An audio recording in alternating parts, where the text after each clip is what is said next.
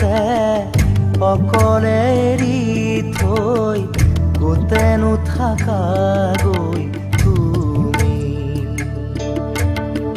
হিয়াৰে কোণতে অশ্ৰু বাগৰে এতিয়া নীৰৱ হৈ